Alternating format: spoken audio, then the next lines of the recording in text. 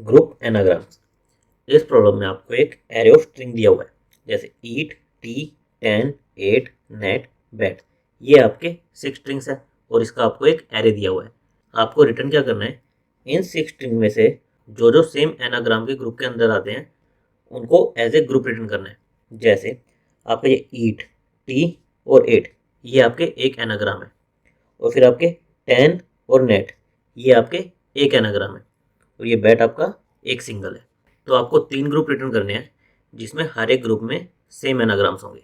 Anagram आपके वो words होते हैं जो कि सेम लेटर्स को रीअरेंज करके बने होते हैं। जैसे अगर मैं ए बी सी लूँ तो इन्हीं को मैं अगर रीअरेंज करके ये लिख दूँ बी ए सी, तो ये आपका एक एनाग्राम हो गया। फिर मैं इसको लिख दूँ सी ए बी, ये भी आपका एक एनाग्राम हो गया। तो ये तीनों आपके सेम ग्रुप में आएंगे। फिर मैं ले लूँ एक डी ई, तो इसका एनाग्राम क्या होगा आपका ई डी, ये आपके एक ग्रुप में आएंगे।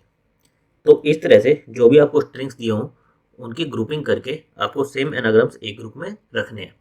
रिटर्न आपको कैसे करना है, वेक्टर ऑफ स्ट्रिंग।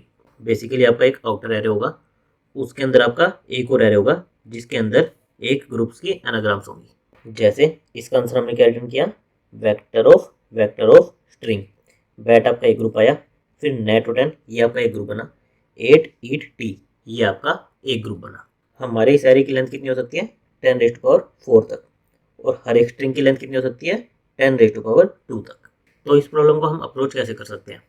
पहली अप्रोच तो हमारी क्या हो सकती है, हमें ग्रुप्स बनाने हैं एनाग्राम्स के, तो हम पहला वर्ड लें, हम ईट लें, हम पूरे एरे को स्कैन करें और जो जो इसकी एनाग्राम्स हैं उनको हम स्टोर कर लें।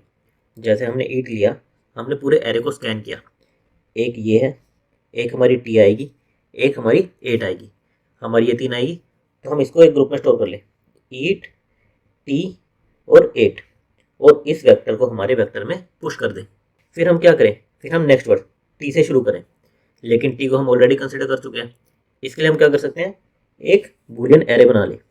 जिस चीज़ को हम ऑलरेडी कंसिडर कर चुके हैं, यानी कि ऑलरेडी हमारे ग्रुप में शामिल कर चुके हैं, उसको हम 1 कर दें कि हम ये कंसिडर कर चुके हैं, बाकी हमारे 0 हैं। तो इस पर आएंगे तो ये हमारा ऑलरेडी 1 है, यानी इसको कंसिडर कर चुके हैं। फिर हम आए 10 पर, ये अभी हमारा 0 है, तो हम फिर से इसको लेके पूरे एरे को स्कैन करें, यहाँ से स्कैन करना शुरू करें। ये हमारा कंसिडर हो चुका है, ये हमारा कंसिडर हो चुका है, ये कंसिडर हो चुका है, ये कंसिडर नहीं हुआ है, और ये इसकी एनाग्राम है, तो इसको और इसको हम एक ग्रुप में डाल देंगे। फिर इसको चेक करेंगे, ये हमारा अलग है, तो हमारा एक ग्रुप क्या बन जाएगा, 10 और नेट। इसको हम हमारे वेक्टर में पुश कर देंगे और हमारे इस बूल एरे को क्या कर देंगे, ये 1, ये 1। फिर हम इस पर आएंगे बैट, इसको पूरे एरे में चेक करेंगे, ये कंसिडर हो चुका है, ये कंसिडर हो चुका है, ये भी हो चुका है, ये भी हो चुका है, ये भी हो चुका है, बचा केवल ये। तो इसका हम एक ग्रुप बना देंगे और इसको हमारे वेक्टर में पुश कर देंगे। तो ओवरऑल हमारा क्या हो जाएगा, वेक्टर ऑफ स्ट्रिंग रिटर्न हो जाएगा, जिसमें हमारे ये 3 ग्रुप होंगे। इसकी हमारी टाइम वेलोसिटी क्या होगी, हम हर एक वर्ड्स को कंसिडर करें तो n, और हर एक वर्ड को कंसिडर करने के बाद हमें क्या करना है, पूरे एरे को फिर से स्कैन करना है उसकी एनाग्राम फाइंड आउट करने के लिए, इंटू n। और हम दो वर्ड्स को कैसे कंपेयर कर सकते हैं कि वो एनाग्राम है या नहीं है, उसके लिए हम क्या कर सकते हैं, हम इन दोनों वर्ड्स की फ्रीक्वेंसी स्टोर कर सकते हैं। हमारे सारे लेटर्स क्या है, लोअर केस है, तो हम 26 साइज का एक एरे ले लें, जिसमें 0th इंडेक्स क्या रिप्रेजेंट करेगा, A, first index B, 25th index आपका जेड, ऐसे रिप्रेजेंट करेगा। हम इसमें इसके लेटर्स की फ्रीक्वेंसी स्टोर कर लें। बेसिकली 0th इंडेक्स पर ए कितनी फ्रीक्वेंसी है, बी की कितनी फ्रीक्वेंसी है, इस 25th पर जेड की कितनी फ्रीक्वेंसी है। इसी तरह हम इस टी, इसकी भी फ्रीक्वेंसी स्टोर कर लें हमारे एक एरे में। फिर हम इन दोनों को कंपेयर कर लें। अगर सारे इंडेक्स की वैल्यू सेम आती है, सारे लेटर्स की फ्रीक्वेंसी सेम आती है, तो वो आपके एनाग्राम है। एनाग्राम की आप प्रॉपर्टी देखो तो क्या होती है, एनाग्राम आपके सेम लेटर्स को रीअरेंज करके बने होते हैं। जैसे ईट, टी, इन सेम लेटर्स को रीअरेंज करके बने होते हैं, तो आपकी दोनों में लेटर्स की फ्रीक्वेंसी सेम होगी। तो वही चीज़ हम चेक करें, हम दोनों की फ्रीक्वेंसी को स्टोर करें और फिर इन एरेस को कंपेयर कर रहे हैं। फ्रीक्वेंसी स्टोर करने के लिए हमें कितना लगेगा, हमें दोनों एरे को स्कैन करना पड़ेगा।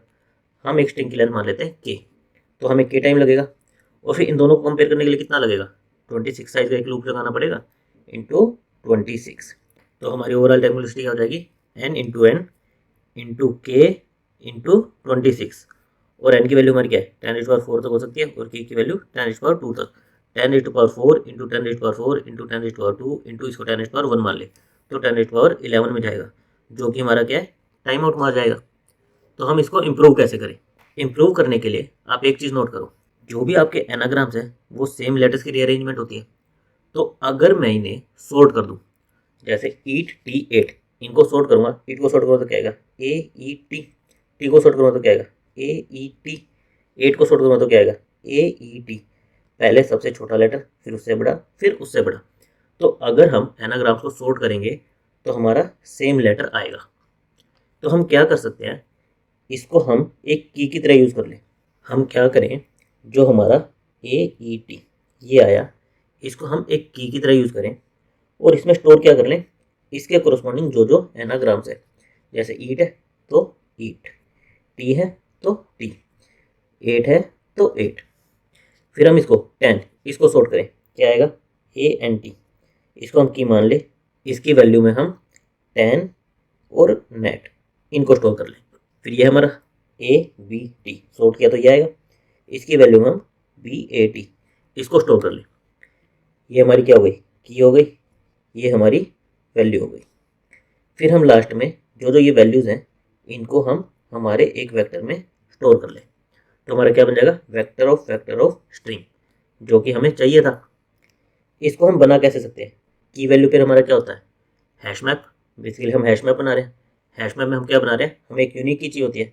यूनिक की कहाँ से आएगी, हमारी जो भी सॉर्टेड स्ट्रिंग होगी उससे आ जाएगी। वैल्यू में हमें क्या स्टोर करना है, मल्टीपल स्ट्रिंग स्टोर करने हैं। तो वैल्यू में हम क्या ले सकते हैं, वेक्टर ऑफ स्ट्रिंग। इस टाइप की हम वैल्यू ले लें।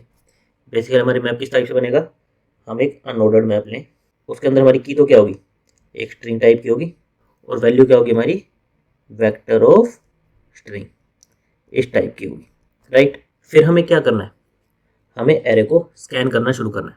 मैं सबसे पहले आया यहाँ पर ईट पर, मैंने इसको किया सॉर्ट, सॉर्ट करने पर मेरा क्या आया ए ई टी। मैंने इसको एज ए की कंसीडर किया कि मेरे मैप में जहाँ पर ये की हो उसकी वैल्यू में ये पुश कर दो। अभी मेरा क्या होगा, स्टार्टिंग में एम्प्टी होगा, यानी कि मेरी न्यू की ऐड हो जाएगी, और इसकी वैल्यू में मैं क्या ऐड कर दूंगा, ईट, ये ऐड मैं कर दूंगा। फिर मैं आऊँगा यहाँ पर टी पर, इसको सॉर्ट करूँगा तो क्या आएगा ए ई टी। मैं मैप में जाऊँगा, इस की पर जो भी वैल्यू है उसके आगे ये भी ऐड कर दो। बेसिकली वैल्यू क्या हमारी, एक वेक्टर है, तो इस वेक्टर में इस टी को पुश कर दो। फिर हम आएंगे यहाँ पर 10, क्या आएगा ए एन टी अंट, ये आएगा। ये हमारी एक यूनिक की है, पहले से प्रेजेंट नहीं है, तो ये हमारी की ऐड हो जाएगी और इसकी वैल्यू हम क्या ऐड कर देंगे 10। फिर आएंगे 8 पर, इसको सॉर्ट करेंगे ए ई टी, ये की हमारी प्रेजेंट है तो इसकी वैल्यू में इसको पुश कर देंगे। फिर आएंगे नेट पर, इसको सॉर्ट करेंगे ए एन टी, की प्रेजेंट है तो इसकी वैल्यू में एन ए टी इसको पुश कर दो। फिर आएंगे बैट पर ए बी टी, ये की प्रेजेंट नहीं है तो न्यू की ऐड हो जाएगी और इसकी वैल्यू में क्या ऐड हो जाएगा बी ए टी।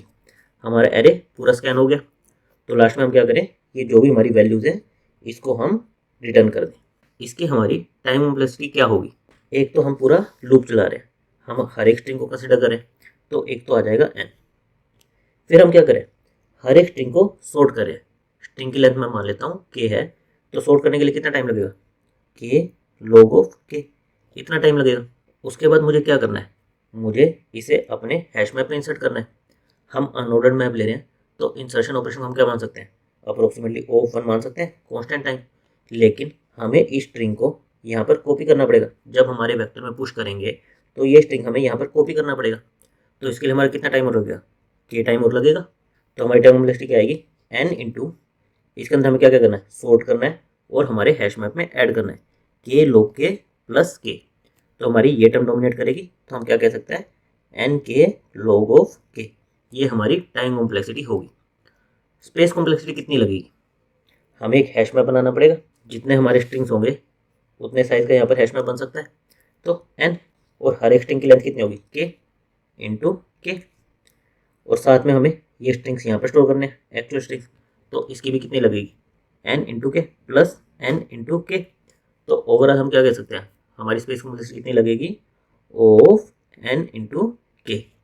एक बार हम इसका कोड देख लेते हैं। कोड में हमें क्या दिया है, वेक्टर ऑफ स्ट्रिंग दिया है और हमें रिटर्न क्या करना है, वेक्टर ऑफ स्ट्रिंग। तो हम इसी टाइप का एक आंसर वेरिएबल ले लेंगे।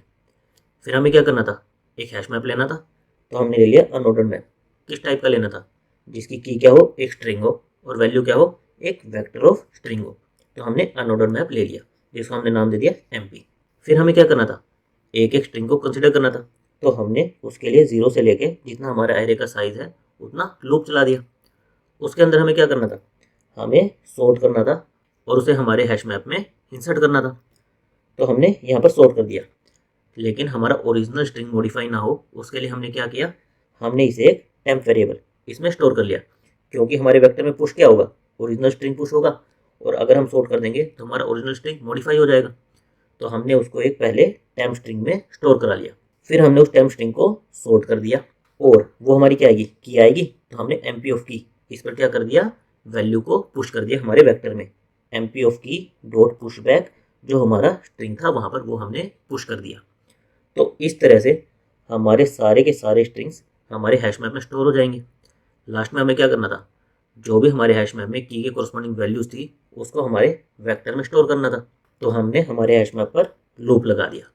लूप के अंदर हमने क्या किया, answer dot push back I T dot second की जो हमारी वैल्यूज थी।